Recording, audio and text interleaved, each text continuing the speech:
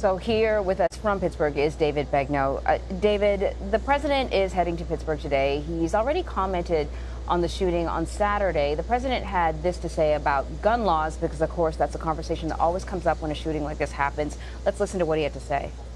I'm going to pay my respects. I'm also going to the hospital to see the officers and some of the people that were so badly hurt. Rallies are meant to be fun. Rallies are meant to be everything. And I said, tone it down. And then you saw the group saying, no, don't tone it down. Don't tone it down. So we had a great rally in Illinois for some great people. And frankly, I think that's probably the way it should be. You should go about your life.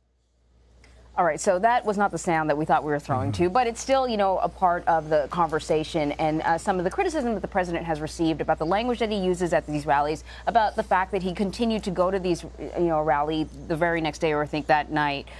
So I'm wondering, have you spoken to the people who live in Squirrel Hill, who live in Pittsburgh? You know, what's their take on what the president's been saying over the past few days?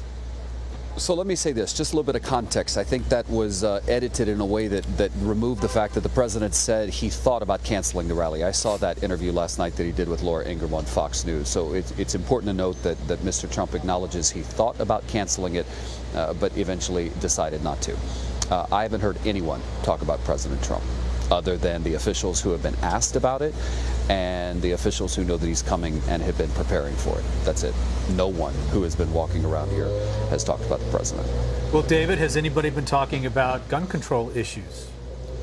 No, not at all. In fact, when you bring up the issue of gun control, some people tell you it's too soon to talk about it. Really, the only thing that people have been talking about are the Stars of David, the names that are on there, the funerals that will start today. Very little about politics or the gun control debate happening here, Don. Well, I mean, I suppose it's to be expected. I mean, while the rest of the country sort of goes on about these other topics, they're dealing with the death of 11 people that were, clearly sort of pillars of their community. They don't have time for this other stuff right now. Well, and that's exactly the point that the mayor was making, is that let us mourn our loss right now. Let's not have protests in the street. Let's not have political discussions. Let's bury our dead and try to move on. Yeah, exactly. So we do know, though, that the president is calling for the death penalty for the shooter. His name is Robert Bowers. How do some of the victims and their families feel about that?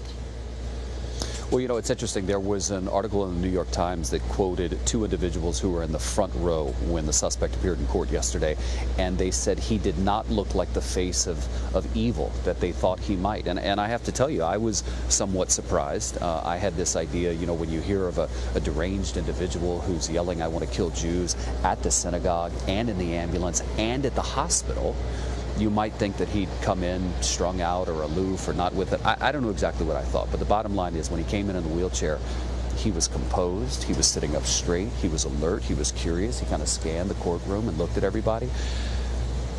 It was interesting, and I wasn't the only one surprised by his demeanor. Well, it's interesting also that the last federal execution was in 2003. It takes forever to work its way through the appeals process.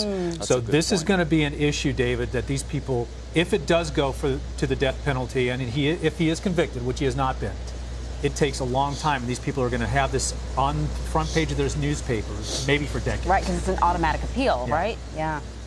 David, thanks a lot. That's a really good point. And taxpayers, by the way, taxpayers will pay for that execution if it happens, and they're also going to pay for his defense because he told the judge he doesn't have the money to hire an attorney. All right.